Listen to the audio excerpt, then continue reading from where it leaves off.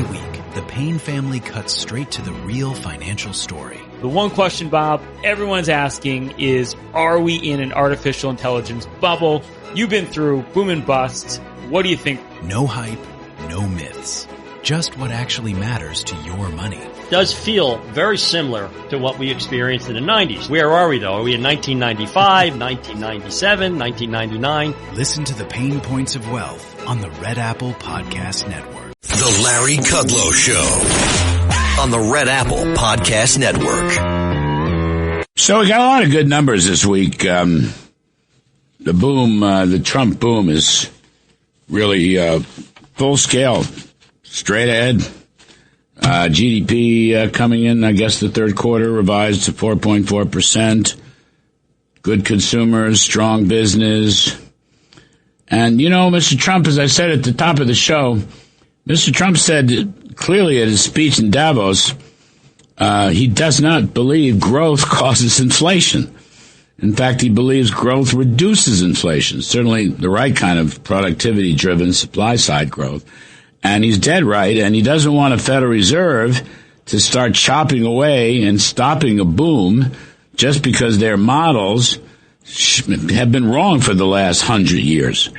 And this is a big deal. So the question now is who's going to take the helm at the Fed in the new after Jay Powell's gone. Hopefully he's gone as soon as possible. So let's talk about that with my pal John Carney, Breitbart news editor for economics and finance and co-author of the daily Breitbart Business Digest, terrific publication. Now, John, I know you agree with Trump, and anybody should agree with Trump, but I want to ask you, I was a little curveball, the name of, Rick Ryder? Is that how you say it? Yep, Rick Ryder. So his name is, he's a Bond guy, and a very capable one, by the way. His name was surfacing this week. I don't know enough about it, but also surfacing when the name came out was he's been a donor to a lot of left-wing Democrats down through the years. The Federal Election Committee is showing contributions to Act Blue. That's the Soros operation. And in the last election, I guess, Sherrod Brown in Ohio, John Tester in Montana, Hakeem Jeffries, and Chuck Schumer. Now, I know Wall Street guys, often try to play both sides, but I don't know that I want, a guy playing both sides. I mean, this is a moment where you can really transform the Fed. And, I'm for one of the two Kevins, Warsh and Hassett. What do you know about Ryder? And did you know about this federal election stuff? I knew that he was, most likely a Democrat. And he had Act Blue is really troubling. I mean, that is, they're a bad organization. That does bad things, as you said, connected to Soros. That's terrible. And one of the problems is when you appoint somebody a Fed governor, they're there for 14 years. The Fed, you have to be a governor to be Fed chairman. So yeah, the chairmanship lasts 4 years, but you're really basically giving this guy a lifetime appointment at this point. And so you really you want to make sure you very carefully vetted him. And the questions for him, if I were Scott Bessent, would be very different than the questions that I would want to ask Hassett or Warsh. I'm sure that he would be willing to say the right things about letting the economy grow and not trying to stifle growth, breaking away from the Fed's model. But what I really want to make sure is that he's not going to plunge the Fed into climate politics, into further into DEI. That's what I would want to grill him on. And by the way, you can't just take him at his word. I'm not saying that he would lie about it, but once they're in there, it's very hard to remove somebody, particularly over policy. So you want to make sure that you are convinced where his heart lies on these things, and that he's not going to drag the Fed because the left wants very bad things from the Federal Reserve. They want to use it as a arm for social policy and not monetary policy. And we have to make sure we're not appointing anybody who will do that. Yeah, I mean, it was bad enough, Jay Powell, who I guess is a Republican. He served in Republican administration, but he bought into all the left-wing stuff. I mean, when Biden was president, he bought into it. And that was certainly a surprise. Look, I don't want to attack Ryder. Again, he's a capable guy. Everyone says that. I had some contact with him when I was in the government. He was helpful. Okay, give me a rundown in the market. He's very good at that.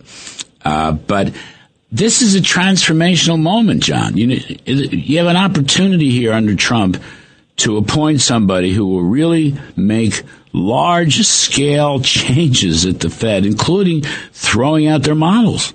Because the model says when the party gets hot, take the punch bowl away. That thing's, 50, 70 years old.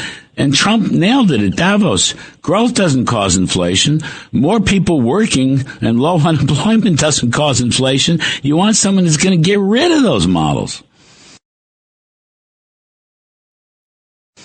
That's right. And I think what you said there is very important. This is a transformational moment for the Fed.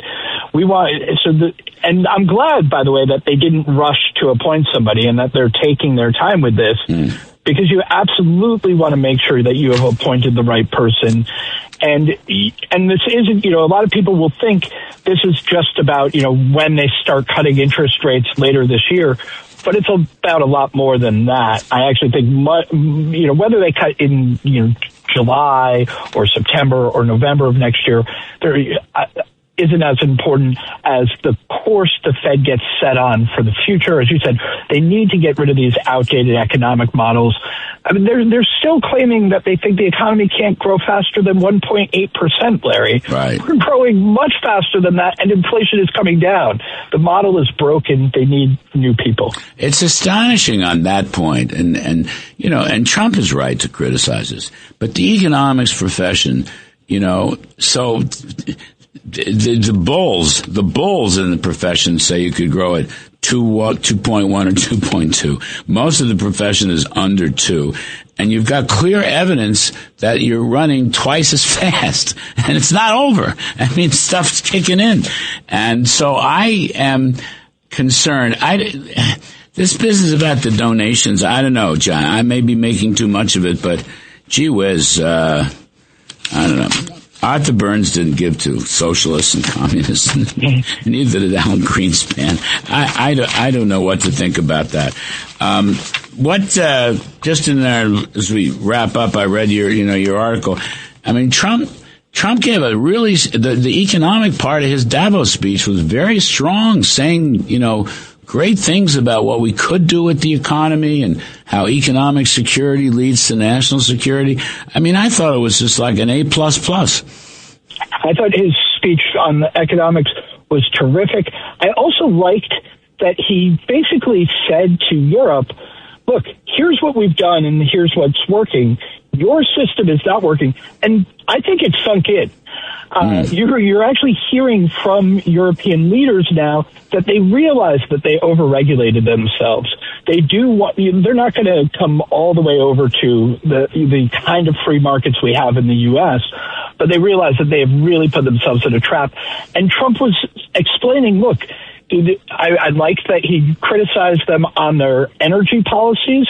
They're considering trying to become reliant again on Russia. And Trump's message to them was, you shouldn't do that, but two, there's no need to do that. We can supply all of the energy you want. Frankly, they could supply more of their own energy as well, but they don't want to. They have almost a religious fixation against fossil fuels, but they can get it from us. There's no reason to rely on Vladimir Putin or whoever succeeds him for natural gas in Europe. It's like he tried to offer them a teaching moment, John. Yes. And I hope you're right. Walter Russell Mead, the historian, is a very smart fellow. He would agree with you. He says there, they're trying to change and they're moving in a more conservative direction. You're going to have to color me skeptical on that. I don't know who's going to do it. Who's going to lead I mean, you know, there is no Thatcher in Europe. There just isn't. I don't know who's going to do it. And Trump makes the point that, you know, the U.S. economy dominates the world economy. You know, when the U.S. is up, the rest of the world could be up. When the U.S. is down, the rest of the world is down. I mean, he was just speaking the truth. Truth-telling. I love that. It made them very uncomfortable to have Donald Trump actually tell them the truth. They prefer the message from Mark Carney that they got, which is, you know, sort of trying to align some sort of, he's a Canadian prime minister, trying to align some sort of global resistance to the United States. That's going to fail because Donald Trump is right. Canada's prosperity depends on the United States to a deep degree. One, we are the biggest market for their products. Two, the way they're a huge energy producing country. Guess who protects their ability to sell energy around the world? It's the United States. We keep the sea lanes free. The idea that like Canada is going to become some, you know, part of a third force or non-aligned nations, which is crazy, because Canada really does. Donald Trump's right when he says, look, Canada exists as a free country because it happens to be the neighbor of the most powerful nation in the world. Of course. I mean, Carney's lost his mind. He's lost his mind. He could lose. You know, they're going to have an election. Hopefully Trump won't go back to the 51st state because that helped elect Carney in the first place. But he's lost his mind, this guy, Carney. Anyway, John Carney, Breitbart News, co-author of the Breitbart Business Digest. It's a daily, folks. It's a must-read. Tremendous insights. Thank you, John. We'll take a break, quick break, and we're going to do some investment work with my pal Jason Trennert of Strategas Research. Ours is the bull market intact. Well, we'll ask him. I'm Kudlow. We'll be right back.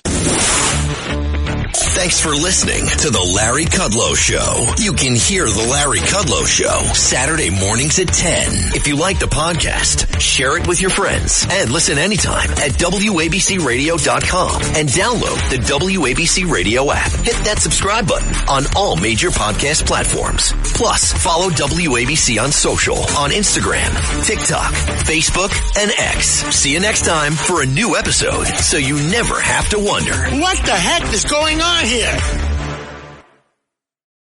Every week, the Payne family cuts straight to the real financial story. The one question, Bob, everyone's asking is, are we in an artificial intelligence bubble? You've been through boom and bust. What do you think? No hype, no myths. Just what actually matters to your money. Does feel very similar to what we experienced in the 90s. Where are we, though? Are we in 1995, 1997, 1999? Listen to the Pain Points of Wealth on the Red Apple Podcast Network.